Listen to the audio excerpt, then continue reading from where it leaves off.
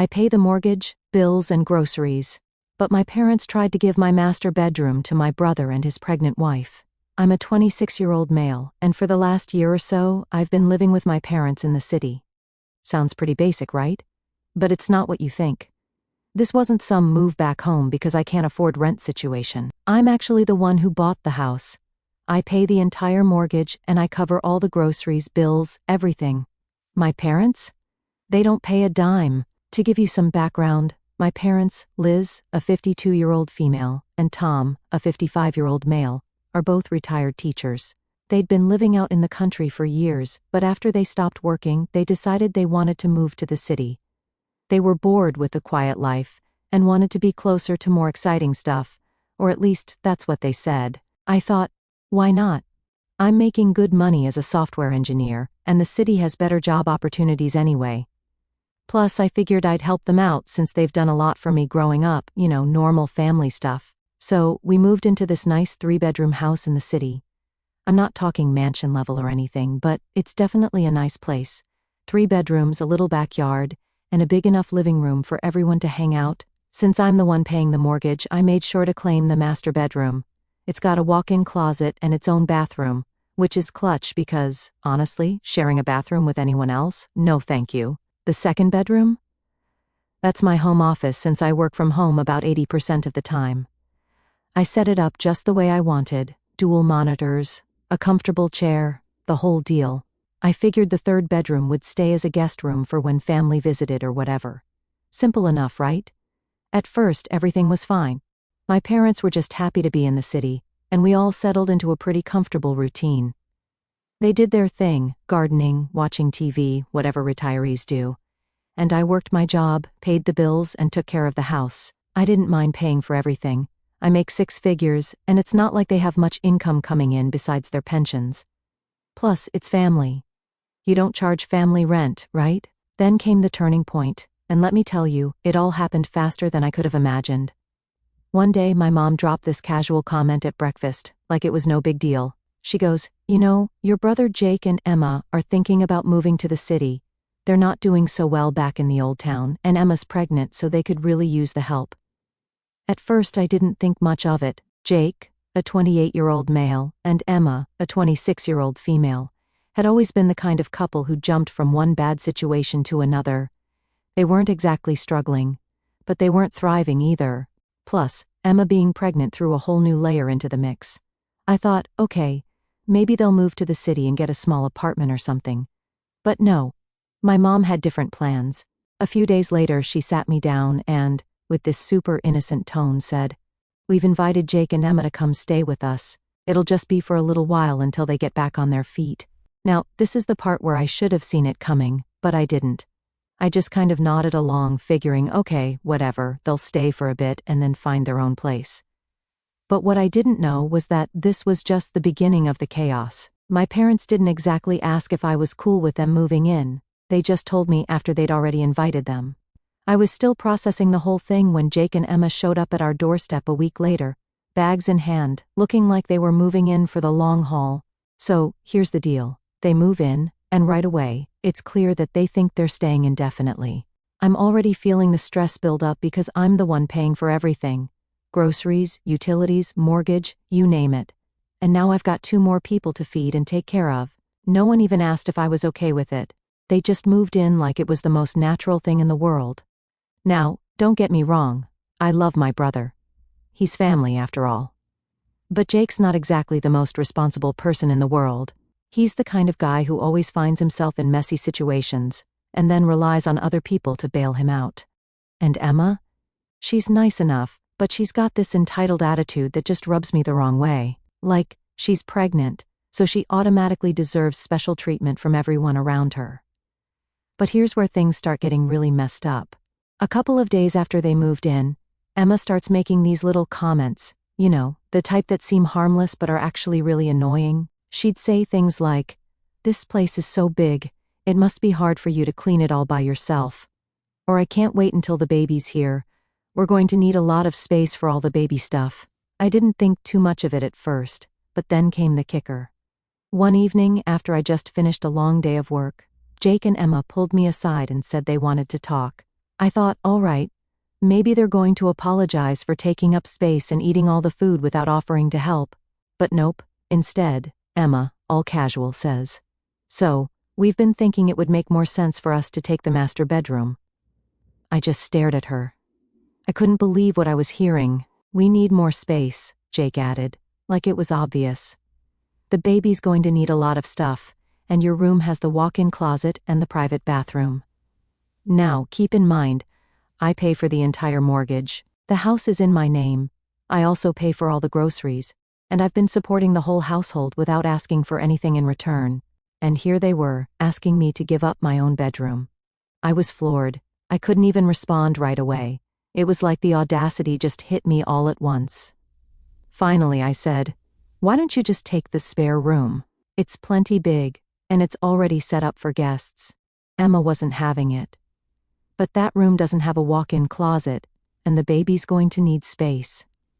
I stared at them for a few seconds, trying to stay calm. "I'm not giving up my room," I said, keeping my voice as steady as I could. "You can have the spare room, or you can find somewhere else to stay." Jake looked a little shocked that I wasn't just caving in. "But, Emma?" She looked downright offended.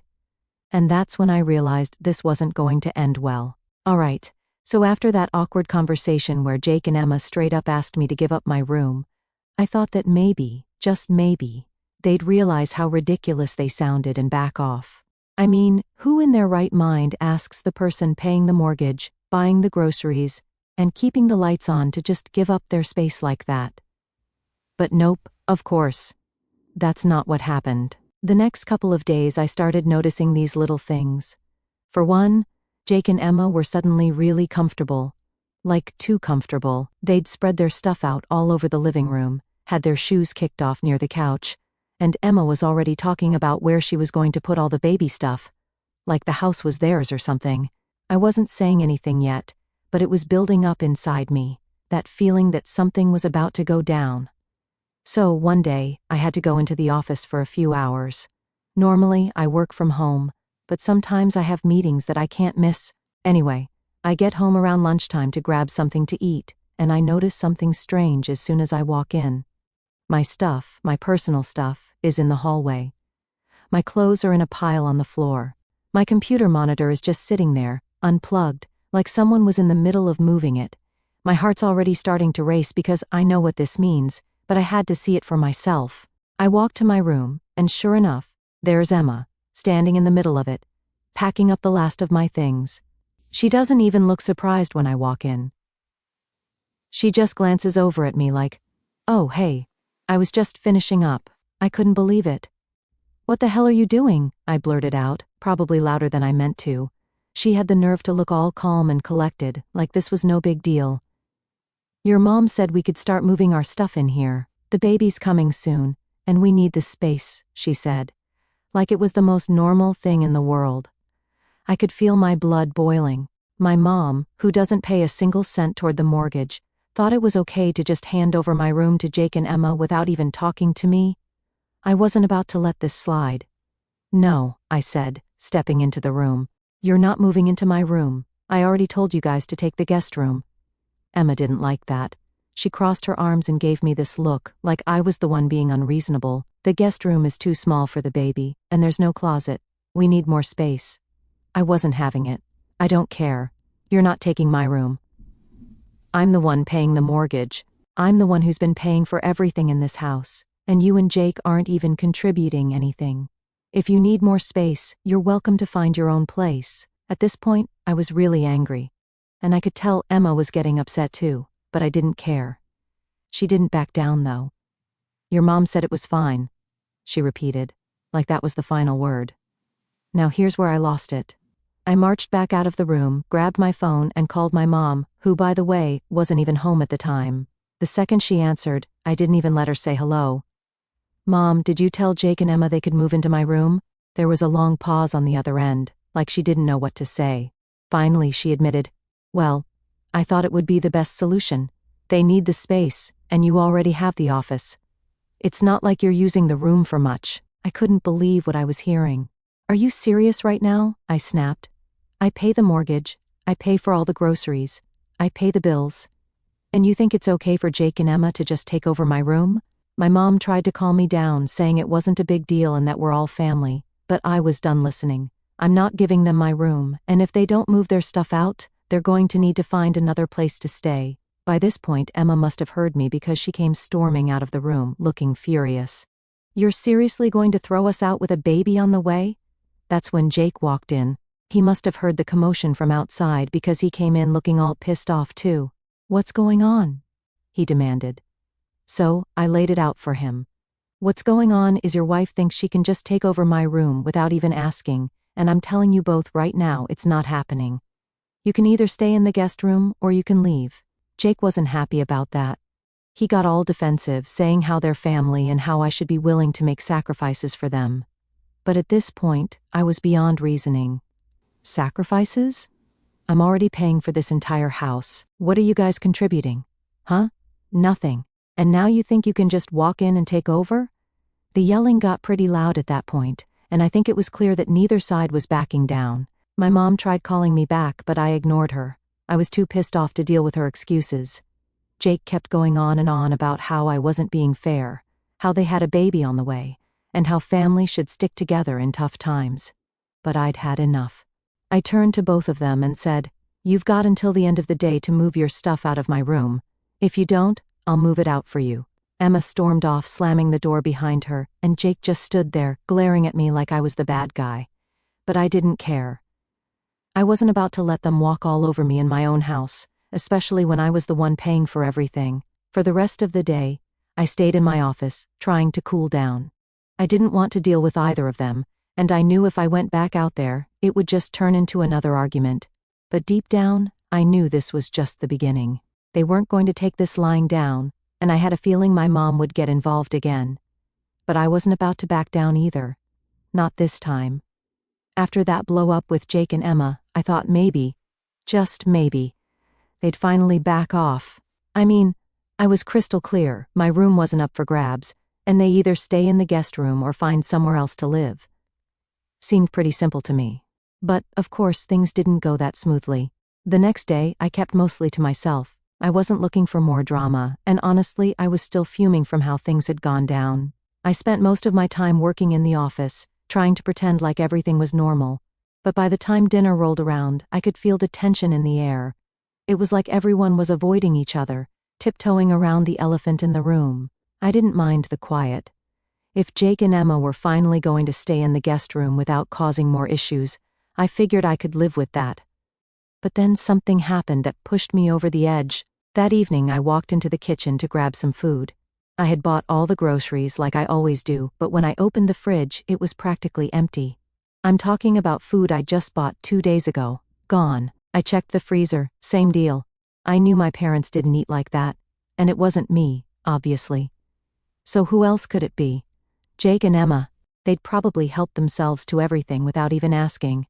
I was already irritated, but I tried to brush it off thinking whatever, I'll just pick up more tomorrow.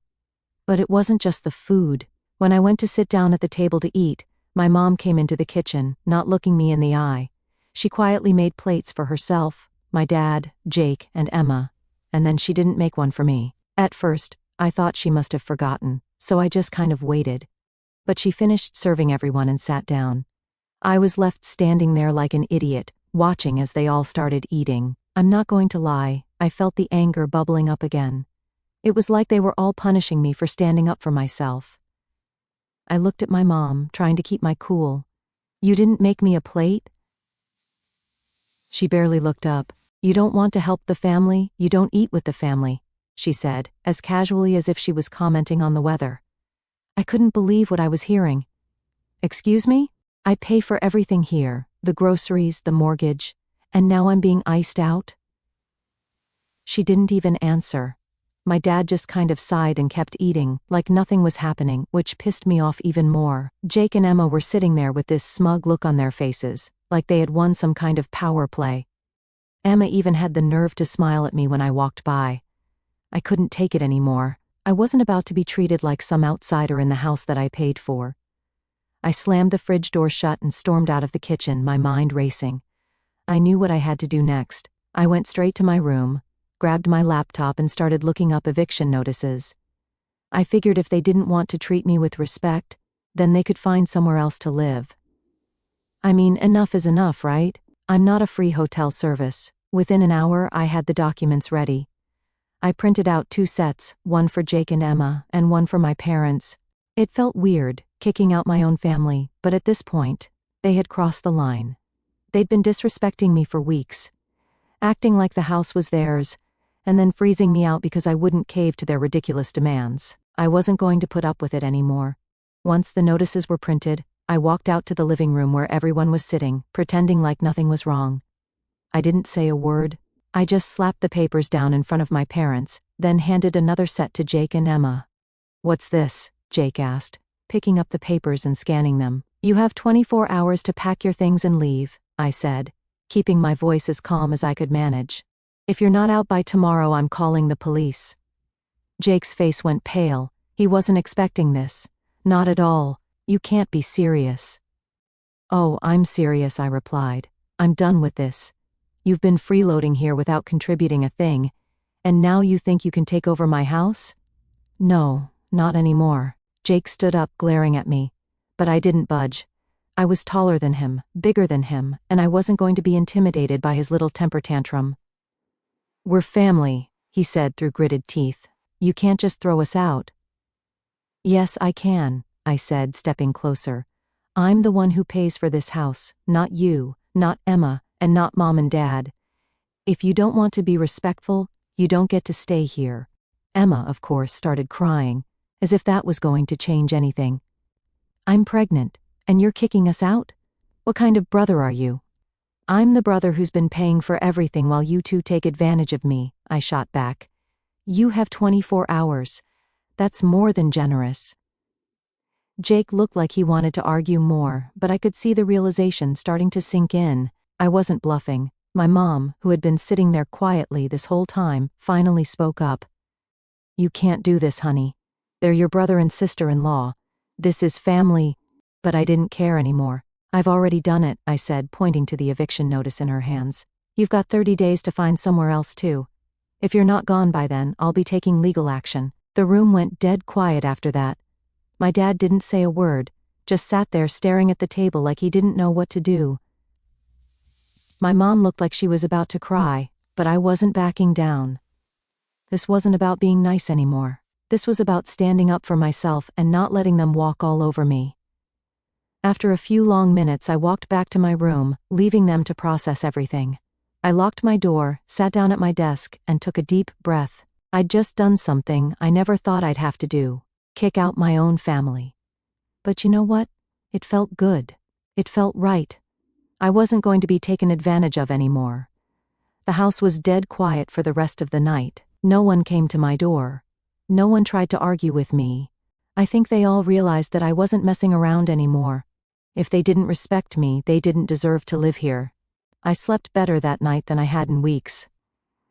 Update 1. After handing out those eviction notices, I figured the tension in the house would either explode, or everyone would finally back off and take me seriously. Either way, I knew there was no going back. I'd drawn my line in the sand, and I wasn't about to let anyone step over it again. But instead of the blow-up I was expecting, the house got quiet. Too quiet, honestly. The morning after, I woke up early, earlier than usual, just because I couldn't really sleep. I guess I was kind of waiting for something to happen, like maybe Jake would come banging on my door, demanding I change my mind, or maybe my parents would start pleading with me to reconsider. But none of that happened. When I finally walked into the kitchen to make breakfast, it was empty. No one was up yet. No Jake, no Emma, no parents. For a second, I thought maybe they had packed up in the middle of the night and left without saying anything. But I knew that was just wishful thinking. I made my coffee, sat down at the table, and waited. I wasn't in the mood to make small talk, and I wasn't in the mood to explain myself again. What I'd done was necessary. They'd pushed me too far, and there was no way I could keep living like that. They didn't respect me, and they sure as hell didn't respect the fact that I was paying for everything. All I wanted was some basic decency, and they couldn't even give me that. After a while, my mom came into the kitchen. Her face looked like she'd barely slept. She didn't say anything at first, just grabbed a cup of coffee and sat down across from me. It was the first time we'd really been alone since I handed her the eviction notice. The awkward silence hung in the air for what felt like forever before she finally spoke up. "Honey," she started, her voice soft and tired. "I know things have gotten out of hand." I didn't say anything. I just stared at my coffee, waiting for the rest of whatever she was going to say. I knew an apology was coming, or at least some version of one, but I wasn't about to let her off the hook that easily. "I didn't realize how bad things had gotten between you and your brother," she continued, her voice cracking just a little. "We were just trying to help them, and I guess I didn't see how unfair it was to you." That caught me off guard. I wasn't expecting her to admit it, at least not so soon. For a second I thought maybe she was finally getting it, that I wasn't the villain in this situation, but I still couldn't shake off the frustration from how everything had gone down. "You didn't just ignore what I wanted," I said, my voice sharper than I intended. "You sided with them every single time, like you just assumed I'd roll over and let them take whatever they wanted." "I know," she said, almost in a whisper. "But we thought, well, you've always been the strong one. Jake, he's never had it easy." That was her excuse every time. Jake wasn't strong, Jake had struggled more, Jake needed more support. It was like they didn't think I had any limits because I was the one who had my life together. "And you think I've had it easy?" I asked, my anger simmering just below the surface. "I'm the one who bought this house. I'm the one who pays the mortgage. I pay for the groceries. I've been carrying all of you, and you think I can just keep doing that forever?" She looked down at her coffee, not saying anything for a few seconds. "I know you've done a lot more than we could have asked for, but Jake, with the baby on the way," I cut her off. "This isn't about the baby. This is about respect, and you guys haven't shown me any." She sighed, clearly exhausted by the whole situation, but I wasn't about to let her off with a few tired excuses. "You know, we just thought we were doing the right thing," she finally said. "Jake and Emma, they don't have much. And whose fault is that?" I shot back. "I didn't ask them to move in. I didn't ask for any of this. They need to figure out their own lives, and you can't keep bailing them out by throwing me under the bus." She nodded, finally seeming to understand, or at least trying to. "We'll figure something out," she said, her voice quieter now. "But please don't push us out. Not like this." I sat back in my chair trying to calm down. It wasn't like I wanted to kick them out. I mean, they were my parents. But at the same time, I couldn't keep living in a situation where they didn't respect my boundaries. I'd let too much slide, and now I had to put my foot down. "I don't want to push you out," I said, trying to be as calm as I could. "But things need to change. I can't keep living like this, being treated like I don't matter in my own house. Either things change, or yeah, you'll have to find somewhere else to live." She didn't argue, just nodded quietly. "Okay," she said. "We'll figure something out." After that, she left the kitchen, and I was alone again with my thoughts. I wasn't sure if anything was actually going to change, but at least it seemed like they were finally starting to take me seriously. Jake and Emma hadn't shown their faces yet, and I wasn't sure if that was a good thing or a bad thing, but either way, they were on borrowed time. Later that afternoon, Jake finally showed up. And of course, he looked like he'd been brooding over what had happened the night before. He didn't even say hi when he walked into the living room, just sat down across from me with that same pissed-off expression he always had when he didn't get his way. "So, this is how it's going to be?" he asked, his voice dripping with bitterness. "You're really going to kick us out?" "I gave you 24 hours, I said, not even looking up from my phone. "If you're still here tomorrow, I'm calling the police." Jake scoffed, shaking his head like I was the bad guy. "We're family." "Yeah. And family doesn't take advantage of each other," I shot back. "You've had weeks to figure this out. I'm not your fallback plan." He didn't have much to say after that, just sat there for a few minutes before getting up and storming off again. Typical Jake. He was always the type to run when things didn't go his way, and this time was no different. The rest of the day went by quietly, too quietly if I'm being honest. I didn't know what Jake and Emma were going to do, but I wasn't about to change my mind. I'd given them a clear deadline, and they knew I wasn't bluffing. The next 24 hours were going to decide everything. Update 2 the next morning. After all the chaos, I woke up and just lay there for a few minutes, staring at the ceiling. I knew today was the day. Jake and Emma had 24 hours, and now that deadline was ticking away. It was weird, though. I wasn't even mad anymore. I'd already accepted what had to happen, and at this point, it was more about following through. When I got up and headed into the kitchen, I noticed right away that the house felt different. Not tense exactly, but just quiet, like the calm before something big happens. No one was in the kitchen, so I figured I'd make myself some breakfast. The fridge was still kind of empty from the last raid Jake and Emma had on the groceries, but I made do with what was left. As I sat there eating, I started thinking about how this whole situation had spiraled out of control so fast. I mean, it wasn't that long ago that things were fine. My parents and I were getting along, I was working, paying the mortgage, covering the groceries, and life was just kind of moving along like normal. Then Jake and Emma show up, and everything went off the rails. It's crazy how fast things can change when people start feeling entitled to stuff they didn't earn. A couple of hours later, I heard someone coming down the hallway. It was my dad. He walked in quietly, grabbed a cup of coffee, and sat down at the table across from me. He didn't say anything at first, just took a sip and looked out the window. Finally, he spoke. "Jake and Emma are leaving today." I didn't respond right away. I wasn't sure if he was telling me because they had decided to leave on their own, or if he was just reminding me of the deadline. Either way, I nodded and kept eating. "They don't have anywhere to go," he continued, his voice low. "They're going to stay at a motel for a while until they figure things out." I stopped mid-bite and looked at him. Part of me felt bad, but the bigger part of me knew this was what had to happen. I'd been too nice for too long, and if I didn't put my foot down now, they'd just keep taking advantage. "I gave them time," I said, keeping my voice steady. "I didn't want it to come to this, but they left me no choice." He didn't argue, didn't try to guilt-trip me, which was surprising. He just nodded and kept drinking his coffee. I think he finally understood that I wasn't going to back down this time. After everything that had happened, there was no going back to how things were. Around noon, Jake and Emma started packing their things. I stayed in my room for most of it, not wanting to get into another argument or hear any more passive-aggressive comments. But after a while, I could hear Jake's voice getting louder from down the hall, so I knew it was only a matter of time before something went down.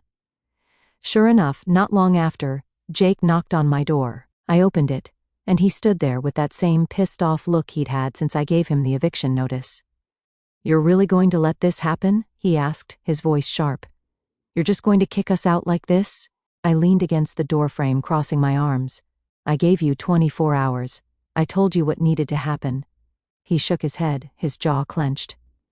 "We're family, man. You don't do this to family." I took a deep breath, trying to keep calm. Family doesn't take advantage of each other. I'm not just kicking you out for no reason. You've been freeloading here for weeks without contributing anything. I've been paying the mortgage, the groceries, everything. And instead of being grateful, you tried to take my room and push me out of my own house. I'm not going to let that happen." Jake didn't say anything for a few seconds. I could tell he was mad, but there was nothing left for him to argue. He knew I was right, even if he didn't want to admit it. "So that's it, huh?" he finally muttered. "You're just throwing us out?" "I'm giving you the same option I gave you yesterday," I replied. "You can find a way to live somewhere else, or you can stay in the guest room and actually respect me in my space. But if you can't do that, then yeah, you're leaving." Jake glared at me, then turned and walked away without another word. I closed the door and let out a long breath. It was exhausting, but I knew it had to be done. By mid-afternoon, Jake and Emma were gone. I didn't see them leave, and honestly, I didn't want to. I wasn't looking for some emotional goodbye or anything like that. They packed up their stuff, loaded it into their car, and drove off without saying a word to me. The house felt different after they left, quieter, less tense. My parents didn't say much to me that day. I think they were still processing everything that had happened. My mom looked upset, but she didn't say anything about it. Maybe she finally realized that I wasn't the one who had caused all this. Jake and Emma had pushed me too far, and this was the result. That evening, my mom knocked on my door. She came in, sat down on the edge of my bed, and just stared at the floor for a while. I could tell she was trying to find the right words. "They're gone," she said softly. I nodded, not saying anything. "I never thought it would get to this point," she admitted. "I didn't realize how much pressure we were putting on you." I looked at her, feeling some of the frustration lift a little. "It's not that I didn't want to help," I explained, "but you guys treated me like I didn't matter, like my needs and my space weren't important." She sighed and nodded. "You're right, we should have seen it sooner. We sat in silence for a few minutes. I could tell she was upset, but at least now she was starting to understand where I was coming from. "I don't want you and Dad to leave," I said, breaking the silence. "But if things don't change, I can't live like this." She nodded again, standing up slowly. "We'll figure it out," she said. "Things will be different, I promise." As she left the room, I felt a strange mix of relief and exhaustion. The situation with Jake and Emma was over, but there was still work to be done with my parents. I knew it wasn't going to be easy, but at least now it felt like they were willing to listen. For the first time in weeks, I felt like I could finally breathe again. The house was quiet, and the tension that had been hanging in the air was gone. It wasn't a perfect solution, but at least now I had my space back. And most importantly, I had my respect.